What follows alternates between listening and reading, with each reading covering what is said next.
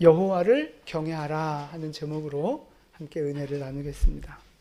우리 지난주부터 이제 학교 말씀을 살펴봤는데 잠깐만 지난 말씀을 좀 복습이 필요해요.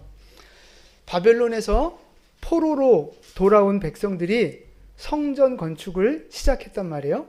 근데 여러 가지 어려움들이 생겼어요. 그래서 성전 건축이 한 16년에 걸쳐서 중단되고 있는 그런 상황이었습니다. 그때 성전 건축이 멈춰졌을 때 백성들은 어떤 삶을 살았어요? 자기 집을 꾸미고 자기 욕심을 먼저 앞세우는 그런 삶을 살았단 말이죠. 성전은 그냥 방치한 상태로 그렇게 살았어요. 그러니까 성전 공사를 멈췄다는 말은요, 단순히 공사 자체가 멈췄다는 의미를 넘어서서 백성들의 마음이 하나님에게서 떠났다, 멀어졌다, 이제 그런 의미죠. 그러니까 하나님이 책망하시잖아요. 이것이 옳으냐? 성전은 황폐되어져 있는데 너희들은 자기 집만 챙기고 이것이 옳으냐? 이렇게 책망을 하신 거죠. 그러니까 그들이 하나님을 멀리하고 떠났던 결과는 뭘로 돌아왔어요? 그렇죠. 고난이었잖아요. 가뭄이 들고 흉년이 들면서 물질적인 고난이 왔단 말이에요. 수입은 있어도 그것이 다 하나님이 불어버려서 날아가는, 그래서 가난과 고통의 시간을 보내고 있었단 말이에요. 이런 상황 속에 있었을 때 하나님께서 학개 선지자를 통해서 하나님의 말씀을 선포하시는 거예요. 성전을 건축해라. 그리하면 내가 그것으로 인해서 기쁨을 거두고 영광을 얻으리라, 이런 말씀을 하신 거예요. 자, 여기까지가 지난주 말씀이었는데 이 학개 선지자의 말씀을 듣고 백성들이 어떻게 했어요? 성전 건축 했어요, 안 했어요? 했어요. 아니, 오늘 본문 말씀 읽었잖아요. 자, 14절 끝에 보세요. 그들의 하나님의 전 공사를 하였으니, 뭐 읽으나 마나네. 전 공사를 시작했단 말이에요. 자, 먼저 우리 12절 말씀 먼저 볼게요. 12절 우리 같이 봉독합니다. 스알디엘의 아들 수룹바벨과 여호사닥의 아들 대제사장 여호수아와 남은 모든 백성이 그들의 하나님 여호와의 목소리와 선지자 학개의 말을 들었으니 이는 그들의 하나님 여호와께서 그를 보내셨음이라. 백성이 다 경외하며. 아멘. 오늘 말씀 보니까 백성이 다 여호와를 경외하는 거예요. 그러니까 스룹바벨부터 해서, 그러니까 위에 있는 지도자들부터 밑에 있는 백성들까지 전부 다 하나님을 경외하는 마음으로 순종해서 성전 건축을 시작했다, 이 말입니다. 자, 여러분, 그러면 경외한다는 말은 무슨 뜻이에요? 이 말은 한마디로 말하면 두려워한다는 의미입니다. 두려워한다. 근데 무서워서 공포스러운 두려움이 아니라 너무 높으신 분이고 너무 위대하신 분이라 감히 어떻게 범접할 수 없는 어떤 그 두려움에 가까운 마음을 갖는 거, 그게 바로 경외함이에요. 경외함, 두려움. 그러니까 이 백성들이 하나님을 향한 두려움, 하나님을 향한 어떤 그 경외감, 이런 마음 때문에 하나님이 하신 말씀을 듣고 그대로 순종해서 성전 건축을 다시 시작했다는 말입니다. 그러니까 여러분 보세요. 경외하는 마음, 하나님을 두려워하고 하나님, 그 높으신 하나님에 대해서 내가 어찌할 수 없는 그 큰 마음 있잖아요. 두려운 마음. 그 마음은 반드시 뭐하고 연결이 돼요? 순종하고 연결이 되는 거라고요. 그러니까 경외함과 순종은요, 1+1이에요. 늘 같이 가는 거예요. 경외하면 순종하게 돼 있다고요. 여러분, 내가 굉장히 존경하고 내가 굉장히 이렇게 경외하는데 정말 내가 어려워하는 분인데 그분이 하는 말씀은 내가 안 듣는다? 그분이 뭐 말씀해도 불순종한다? 말이 안 되는 거잖아요. 그럼 경외하는 게 아니고 공경하는 게 아니라고요. 경외하는 것은 순종하고 연결이 돼 있어요. 그러니까 우리 부흥에 오셨던 그 황 목사님, 늘 그 선교사님을 같이 데리고 다니면서 이제 동역을 하시는데, 제가 그 두 분의 만남의 역사를 보니까 황 목사님을 보고 이 선교사님이 너무 목사님이 좋아서 목사님한테 내려간 거예요. 그래서 이제 나 목사님이랑 같이 있고 싶다고. 그래서 사역을 시작하게 된 거죠. 동역을 시작하게 된 거예요. 그렇게 지낸 시간이 벌써 한 20여 년 가까이 된다고 그러시더라고요. 그러니까 20여 년 전에 총각 때부터 그렇게 목사님이 좋아서 목사님을 따라다니기 시작한 지금까지 총각이긴 합니다. 총각이긴 하지만 그 오랜 세월을 같이 해왔고 앞으로도 계속 같이 할 거라는 계획을 갖고 계세요. 근데 저는 이제 그 관계들을 몰랐는데 갑자기 황 목사님이 교제하는 중에 그런 얘기를 하시더라고요. 우리 선교사님의 장점이 뭔 줄 아냐고. 뭔데요? 그랬더니 우리 선교사님은 무슨 이야기를 하든지 순종한다는 거예요. 예, 목사님. 무슨 얘기를 하도 예, 목사님하고 순종한다는 거예요. 그러니까 그걸 너무 좀 기쁘고 이렇게 자랑스럽게 뿌듯하게 막 자랑을 하시는 거예요. 근데 뭐 목사님도 사람이니까 때로는 뭐 불합리하거나 좀 잘못된 어떤 그 지시를 할 수 있잖아요. 그래도 여지없이 이 선교사님은 네, 목사님. 그 목전에서 예, 목사님하고 순종한다는 거예요. 그리고 나서 나중에 찾아와서 이제 목사님 이거는 좀 이런 것 같고 저런 것 같고 이제 그렇게 의견을 이야기하면 그때 이제 이 목사님이 미안하다 그러고 이제 이렇게 뭐 지시한 내용을 바꾸기도 하고 그러셨다는 거예요. 그러니까 너무너무 그걸 자랑하시는 거죠. 우리 선교사님은 무조건 순종한다고. 예, 목사님. 그러니까 사실 같이 갈 수 있는 거예요. 근데 요즘 이제 젊은 세대들, 뭐 MZ 세대라고도 하는데 젊은 세대들 꼭 지 생각하고 뭐 지가 이해가 안 되고 용납이 안 되면 꼭 따지고 들려고 하잖아요. 물론 합리적인 거고 좋고 뭐 자기 의견을 이야기하는 건 좋은데 먼저는 순종이라고요. 순종이 우선인 거예요. 이게 사람과의 관계도 마찬가지, 당연한 거고요. 위에 사람이 뭔가 이야기를 하는데 그걸 들어 처먹지 않으면 어떻게 그 관계가 계속 되겠어요? 계약 관계밖에 안 되는 거죠. 하나님이 원하시는 건 그런 거 아니잖아요. 그러니까 하나님하고 우리하고의 관계도 마찬가지예요. 내가 하나님을 경외한다면, 내가 하나님을 믿고, 내가 하나님을 소중하게 여긴다면 그 하나님의 말씀에 순종하는 게 당연한 거라고요. 그러니까 경외함과 순종은요, 한 세트로 같이 가는 거예요. 하나님이 말씀하시면 순종하는 거라고요. 그게 내 생각하고 달라도, 그게 내가 기분이 나쁘거나 나한테 부담스러운 일이라 할지라도 하나님이 말씀하시면 순종하는 거예요.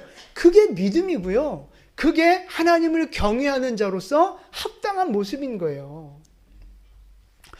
말라기 1장에 가보면 하나님이 이스라엘 백성들을 책망하시는 말씀이 나오거든요.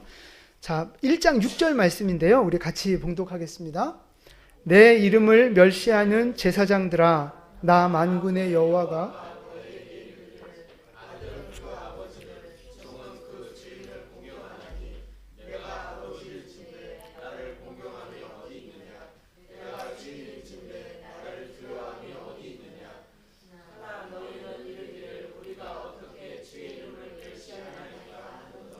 아멘.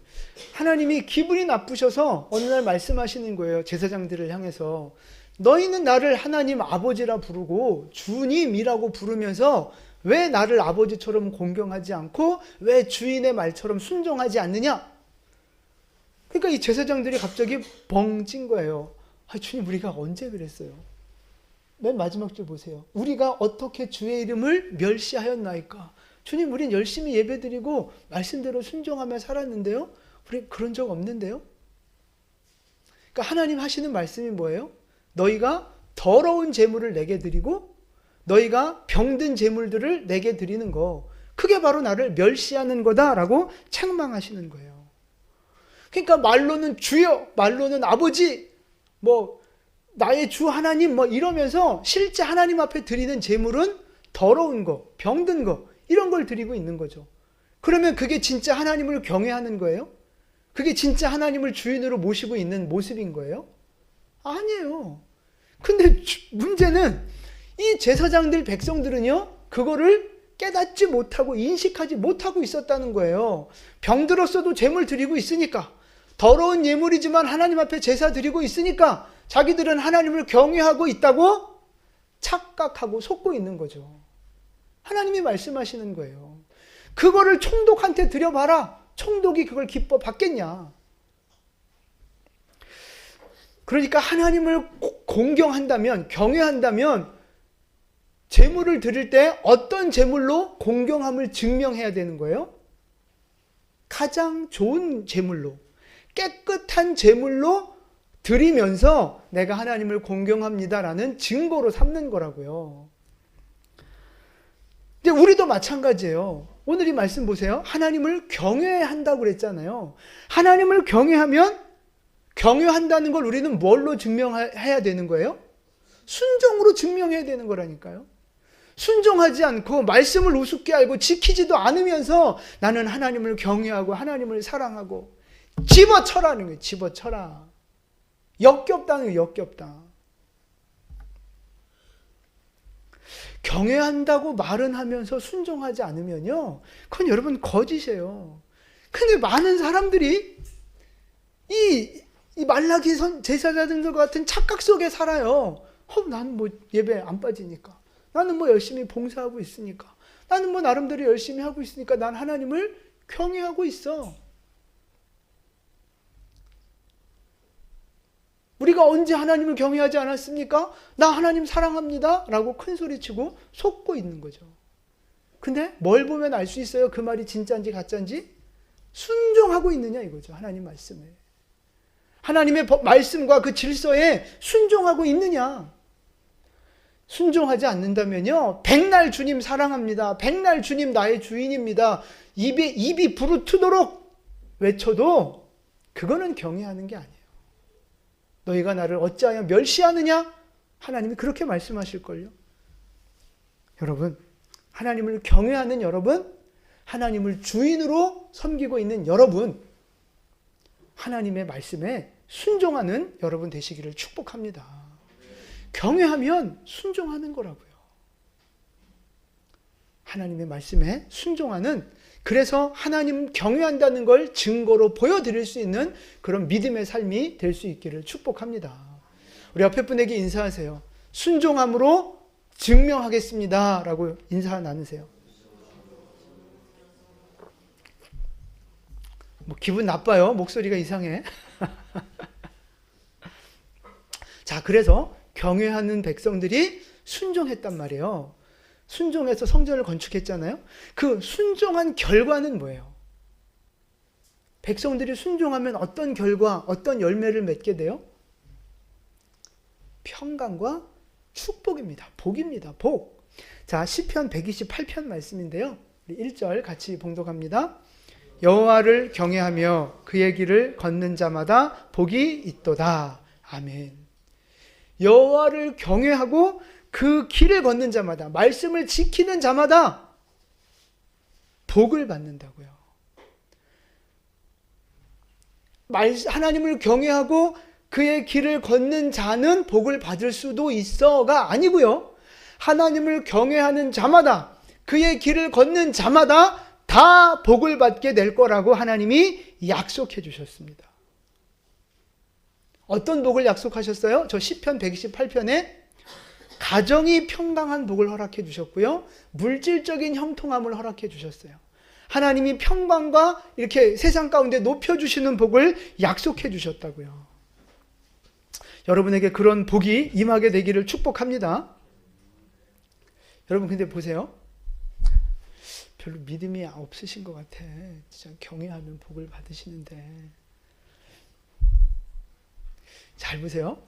경외하는 자마다 복을 받는다 그랬어요. 경외하는 자마다 복을 받는다 하셨는데, 그럼 어떤 원리로 경외하는 자가 복을 받게 되는 걸까요? 어떤 원리 때문에? 경외한다고 말만 하면 무조건 다 복을 받는 거예요? 그건 아니에요. 그럼 어떤 원리로 경외하는 자가 복을 받게 되는 거예요? 하나님을 경외하면 뭐 하게 돼 있어요? 순종하게 돼 있다고요. 하나님을 경외하면 순종하게 돼 있어요. 그러니까 순종한다는 말은 죄를 멀리한다는 거예요. 하나님을 가까이 한다는 거예요. 하나님의 말씀대로 순종한다는 겁니다. 죄를 미워하고 육신의 삶을 멀리하고 경건의 삶, 거룩한 삶을 살아간다는 거예요. 기도의 삶, 말씀의 삶, 섬김의 삶 살아간다는 거죠. 그게 하나님을 경외하는 자가 그렇게 순종하는 거예요. 그러면 당연히 축복이라고 하는, 평강이라고 하는 열매가 맺혀지는 거죠. 여러분, 단순하게 생각해 보세요. 왜 이 땅에 죄가 들어오고 고난이 들어오고 저주가 들어오고 왜 우리의 인생에 이렇게 슬프고 어려운 일들이 생기는 거예요? 그 가장 출발이 어디에서부터 고난이 시작되는 거예요? 그 불순종. 그러니까 다른 말로 말하면 죄라고요. 죄에서부터 모든 고난과 슬픔과 아픔이 시작되는 거예요. 그런데 그 죄를 버리고 순종한다면, 하나님을 경외함으로 순종하기 시작한다면 당연히 죄를 멀리하는 삶이 되는 거고요. 그러면 당연히 평강과 축복의 복을 누리게 되는 거죠. 그래서 경외함과 순종은 아까 1+1 세트라고 했는데 거기에 플러스 알파해서 복 받는 것까지가 완전한 3종 세트가 되는 거예요. 하나님을 경외하는 자, 순종할 것이고 순종하는 자는 복을 받게 되는 거죠. 하나님을 멀리하고 복의 근원 되시는 하나님을 떠나 있고 멀리하면서도 복을 받기를 원한다는 건 말이 안 되는 거라고요, 여러분. 여러분, 하나님을 경외하시고 정말 하나님을 두려워하는 믿음이 있기를 축복합니다. 하나님 너무 우습게 생각하지 마세요. 사랑의 하나님, 다 용서해 주시는 하나님, 너무 좋으신 하나님, 그런다고 개기는 것까지 하나님 봐주시는 게 아니라니까요. 적당히 들이대세요, 적당히. 하나님이 참고 참다가 이 선을 넘잖아요. 그럼 반드시 뒤통수를 한 대 치실 겁니다. 하나님 좋으신 하나님 분인 거 맞지만 우리가 하나님을 경외하지 않으면, 하나님 앞에 거역하고 불순종하면 반드시 그 대가를 치르게 돼 있어요. 하나님을 경외하는 여러분, 하나님 말씀에 순종하는 여러분 되기를 축복합니다. 힘들어도, 부담스러워도, 어려운 환경이 돼도 하나님 뜻이라면 거기에 순종할 수 있기를 축복합니다. 그게 바로 복인 거예요, 복. 하나님을 경외함으로 순종하셔서 하나님이 주고자 하시는 복을 받아 누리는 여러분 될 수 있기를 축복합니다. 여러분 개인이 복을 받고 가정의 복을 받고 우리 교회와 민족이 복을 받는 축복의 근원 될 수 있기를 예수님의 이름으로 축원을 드립니다. 아멘. 자, 이제 그러면 백성들이 하나님을 경외함으로 순종해서 성전을 건축했잖아요. 그럼 이 백성들은요, 좋은 백성들이에요? 아니면 나쁜 백성들이에요? 좋은 백성이죠. 지금 오늘 이 1장 12절부터 나와 있는 백성들은요, 좋은 백성들이라고요. 근데 좀 이상하지 않습니까? 지난주 말씀에 바로 그 11절까지 말씀에서는 이 백성들은 어떤 백성이었어요? 나쁜 놈들이었어요. 나쁜 놈들. 성전을 황폐하게 방치해버리고 자기 집만, 자기 욕심만 따라가는 나쁜 놈들이었다고요. 아니, 지난주에는 그렇게 막 해놓으시고 오늘은 왜 갑자기 좋은 백성이라고 하는 거예요?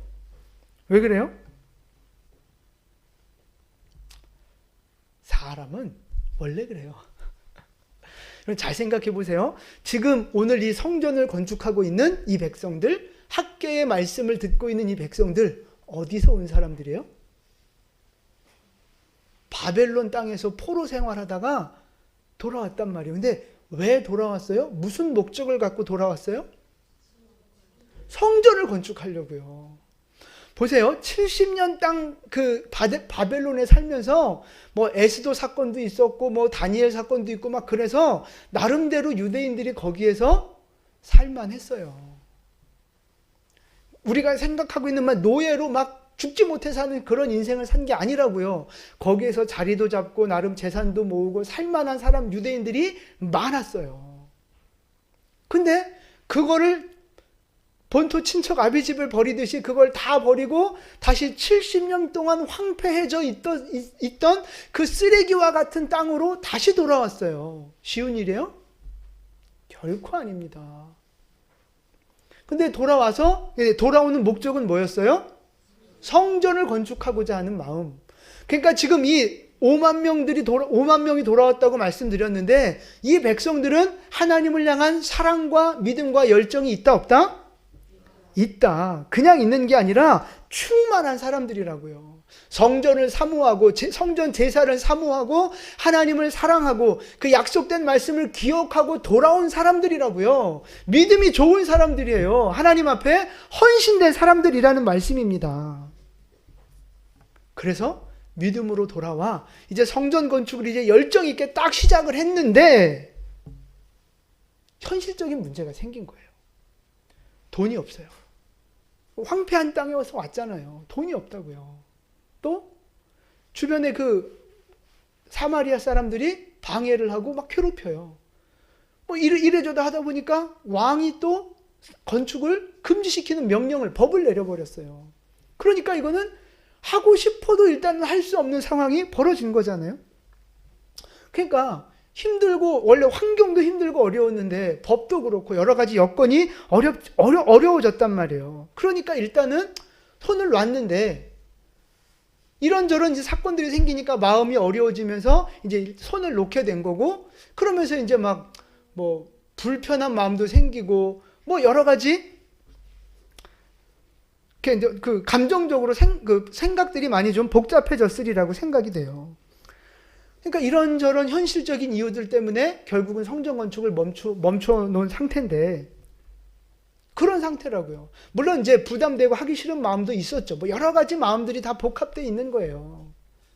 근데 제가 말씀드리고 싶은 건, 이 백성들은 지난주에 말씀드린 것처럼 원래 욕심쟁이고 원래 믿음 없는 놈들이고 원래 그렇게 나쁜 사람들은 아니었다는 거예요. 원래는 소망을 가지고 선한 열정을 갖고 나왔던 사람들이에요.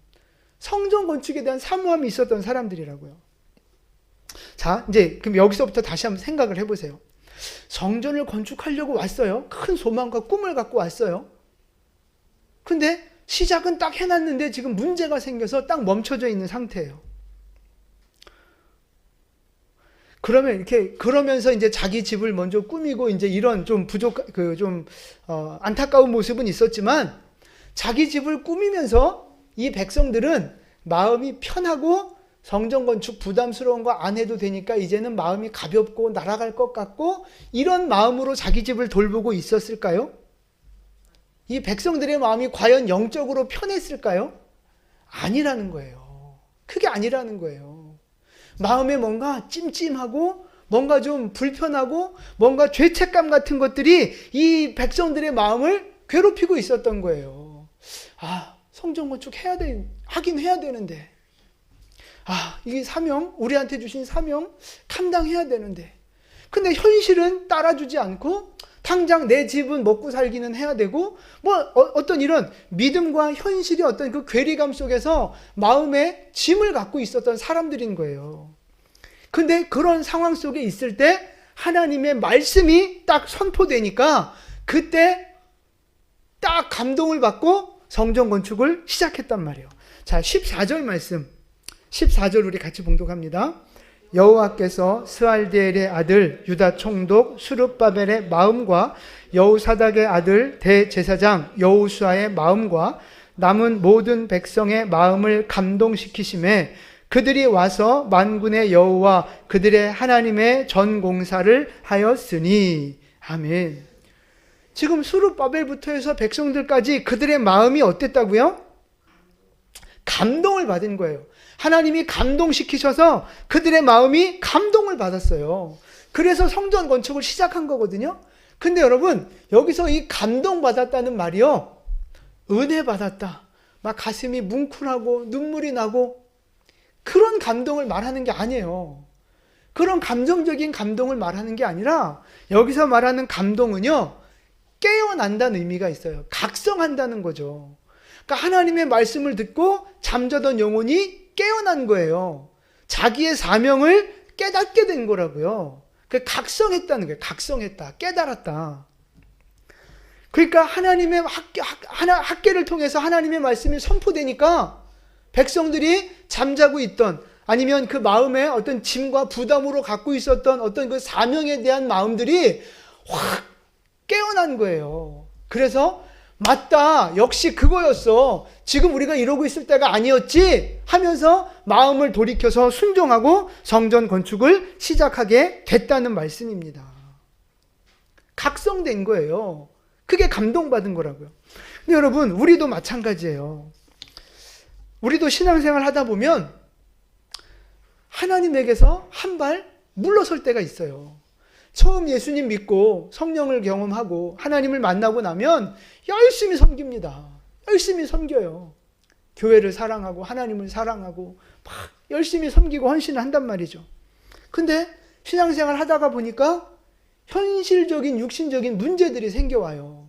이런저런 어려움들이 생긴다고요?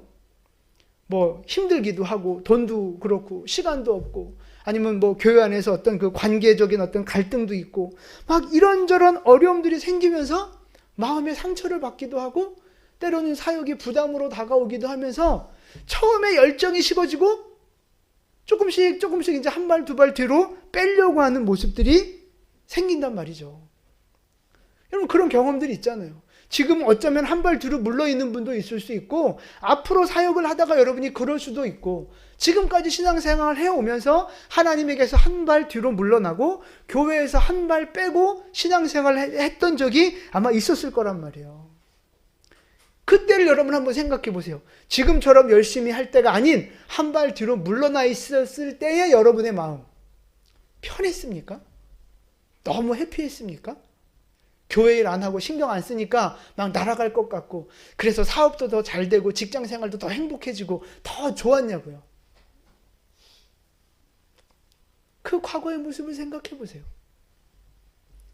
물론 시간적인 더 여유는 생겼을 수 있고 어떤 그 사역에 대한 부담감은 내려놔서 마음이 한편으로는 더 가벼워졌을 수 있지만 영적으로 우리 마음 한구석에서는 뭔가 찜찜하고 뭔가 부담스럽고 뭔가 내가 이러면 안 되는데 내가 다시 회복해야 되는데 내가 다시 기도해야 되는데 내가 다시 헌신해야 되는데 내가 이렇게 살면 안 되는데 라고 하는 뭔가 마음이 무거운 짐들을 갖고 살지 않았느냐 하는 것입니다.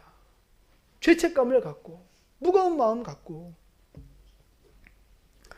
그러니까 지금 이렇게 한 발 멀리 떨어져 있는 내 모습이 꼭 나쁜 놈 같고 믿음이 없는 놈 같고 실패자, 영적인 어떤 실패자 같고 그런 어떤 자책감과 불편한 마음을 갖고 신앙생활을 할 수도 있다는 거죠.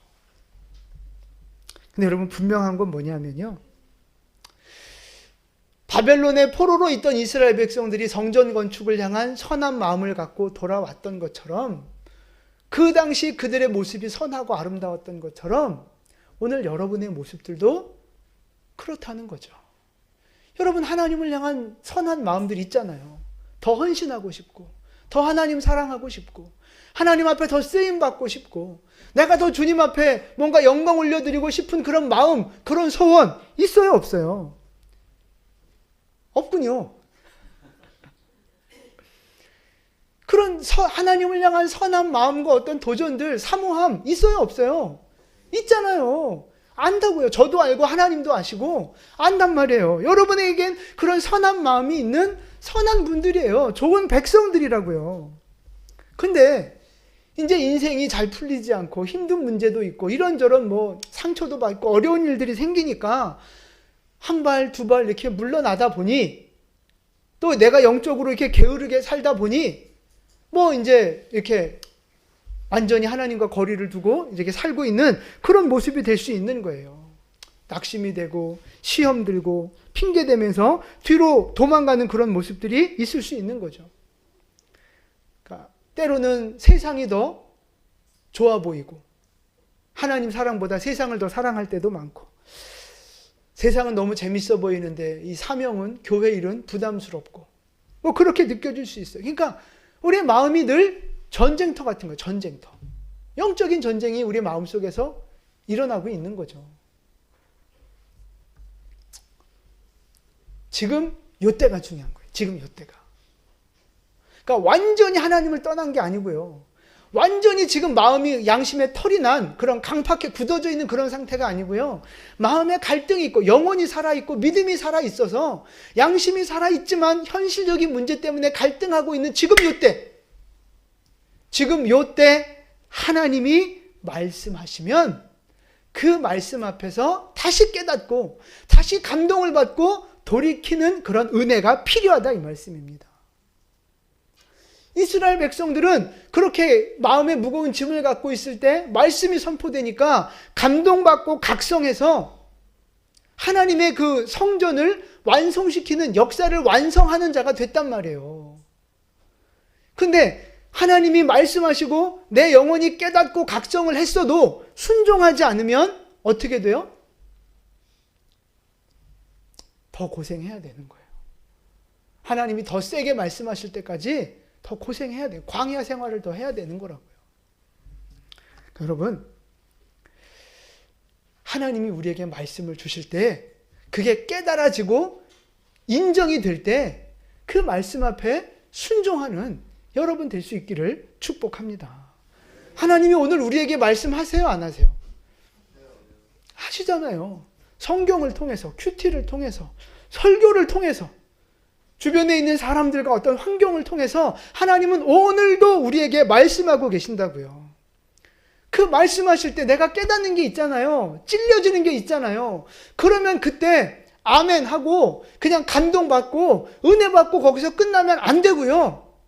그 감동과 찔림이 나의 삶을 바꾸는, 나의 태도를 바꾸는 거기까지 나가야 되는 거예요. 아인슈타인 천재 과학자가 저런 명언을 남겼다 그래요. 우리 앞에 보시고 같이 한번 읽어볼까요? 어제와 똑같이 살면서 다른 미래를 기대하는 것은 정신병 초기 증세다. 아멘입니다.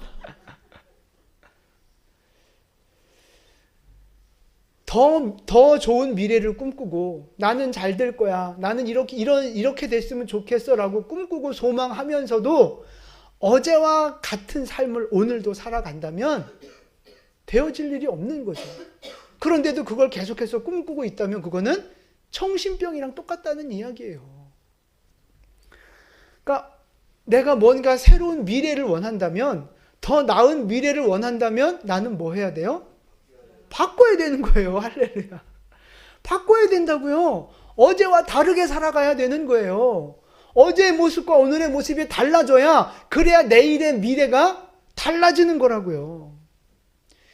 자기 개발을 하는 인간의 삶도 그러한데 영적으로는 당연히 더하다 이 말씀이에요. 내가 하나님 앞에 쓰임받고 싶고 내가 주님 앞에 축복을 받고 싶고 내가 하나님 앞에 쓰임받는 인생이 되고 싶다면 어제랑 똑같이 살면 안 되는 거죠. 어제랑 똑같이 살면서 더 나은 내일을 기대한다는 건 정신병자라니까요. 정신병 초기 증세. 착각 속에 사는 거예요. 그러니까 거꾸로 내가 정말 더 나은 미래, 더 영광스러운 미래를 원한다면 오늘의 삶을 어제와는 다르게 변화되는 나를 만들어 가야만 새로운 미래, 영광스러운 미래가 다가오게 된다는 것입니다. 여러분, 하나님의 말씀이 선포될 때, 하나님의 말씀이 들려질 때 깨달아지는 게 있잖아요. 찔리는 게 있고 감동이 되는 게 있잖아요. 그럼 그때 우리는 뭘 선택해야 돼요? 순종을 선택해야 되고 변화를 선택해야 한다는 말씀입니다. 우리는 죄인이기 때문에, 연약하기 때문에 항상 흔들릴 수 있어요. 당연한 거예요. 우리 인간은 어제와 오늘이 다르고 아침과 저녁이 다르고 날마다 흔들려요. 날마다 마음에 어떤 그 전쟁터처럼 우리의 믿음은 계속해서 흔들린다고요. 그럼에도 불구하고 하나님의 말씀이 임하면, 그 말씀이 깨달아지고 내 마음에 와 닿으면, 그러면 그 순간 우리는 말씀을 선택하고 순종을 선택할 수 있는 믿음의 결단이 필요한 줄로 믿습니다. 그래야 성전을 건축하듯 하나님의 역사를 완성시켜 나아가는 사명자가 될 수 있는 거예요. 오늘 이스라엘 백성들은 하나님의 말씀이 임할 때 말씀 앞에서 돌이켰어요. 하나님이 고난의 이유를 설명하시면서 이스라엘 백성들을 뼈 때리는 말씀으로 이것이 옳으냐 책망하실 때 바로 돌이켰다고요. 그래서 하나님의 역사를 이루어 간 거예요. 비록 지난 16년간 불순종하는 모습이 있었고 부끄러운 모습이 있었고 연약한 모습이 있었지만 바로 오늘 말씀 앞에 돌이키고 순종하는 결단을 보여주었다는 말씀입니다. 간절히 바라기는 오늘 이스라엘 백성들의 이 모습이 오늘 바로 저와 여러분의 모습이 될 수 있기를 축복합니다. 지금 여러분의 환경과 상황이 어떠하든지 간에 상관없이 하나님의 말씀이 오늘 떨어지고 있잖아요. 하나님이 우리에게 말씀하고 계시잖아요. 그 말씀 앞에 순종하고 나를 바꾸는 은혜가 있기를 축복합니다. 여러분의 시간을 잘 관리하시고 시간 쓰는 걸 바꾸시고요. 물질 쓰는 걸 바꾸시고요. 여러분의 그 변하지 않는 날마다 루틴으로 돌아가고 있는 삶의 스타일을 바꾸시라고요. 나의 모습이 바뀌어지지 않으면 시간 관리, 물질 관리, 그 건강 관리, 인생 관리가 바뀌어지지 않으면 나의 미래는 달라지지 않는다는 거예요. 여러분, 지금 하나님이 말씀하고 계시는데도 깨달아졌는데도 불구하고 감동으로 끝내고 아멘하고 그냥 끝내고 계속해서 고집부리고 불순종하고 있는 부분이 무엇입니까? 분명히 감동받고 깨달았는데도 이 핑계 저 핑계 대면서 나를 바꾸지 않고 있는 그 모습이 여러분 무엇입니까? 오늘 하나님이 말씀하고 계십니다. 성전을 건축하라고. 핑계를 버리고 다시 돌아와 헌신하라고 말씀하고 계시는 거예요. 오늘 이 말씀이 감동이 되고 깨달아지는 은혜가 있기를 축복합니다. 정말 변화가 시작되는 여러분 되기를 축복합니다. 어제 그 다니엘 기도회 보셨나요? 우리 조혜련 집사님이 간증하는데 성경을 하루에 2시간씩 읽으면 1년에 몇 독을 한다고 그러더라. 그분은 예수 믿고 바로 성경부터 읽기 시작했고 그분의 어머니도 하루에 10시간인가를 성경을 읽고 계신다 그래요. 그래서 지금 믿으신 지 몇 년 안 됐는데도 50몇 독을 했다고 그러시더라고요. 제가 그 간증을 보면서 참 부끄럽고 또 많이 도전받고 그랬어요. 하나님을 믿는다고 하면서 하나님 말씀을 모르면 그거는 자기의 하나님을 믿는 거예요. 자기가 생각 속에 만들어낸 자기 하나님을 믿는 거지 성경이 말하는 하나님을 믿는 게 아니라는 거예요. 여러분, 지금 여러분이 믿는 하나님은, 여러분이 바라보는 하나님은 성경에서 말씀하시는 하나님인가요? 아니면 내가 이럴 거야 라고 생각해서 만들어낸 하나님인가요? 여러분이 하고 있는 신앙생활은 성경대로 하나님이 주신 대로 하고 있는 신앙생활인가요? 아니면 남들이 하는 대로, 아니면 내 생각대로 하고 있는 신앙생활인가요? 우리가 하나님을 경외한다면 하나님의 말씀을 읽고 묵상하는 것에서부터 시작해야 된다고요. 그 말씀이 내 삶을 변화시키고 내 삶의 능력이 되도록 말씀 붙잡고 뜨겁게 기도하는 기도와 말씀의 삶에서부터 시작되는 거라고요. 우리 안에 그 은혜가 새롭게 시작될 수 있기를 축복합니다. 하나님을 경외하는 여러분, 하나님 말씀에 순종하십시오. 그러면 우리의 삶 가운데 놀라운 기쁨과 축복과 형통하는 은혜가 임하게 될 줄로 믿습니다. 그 축복의 주인공 될 수 있기를 예수님의 이름으로 축원합니다. 아멘. 기도하겠습니다.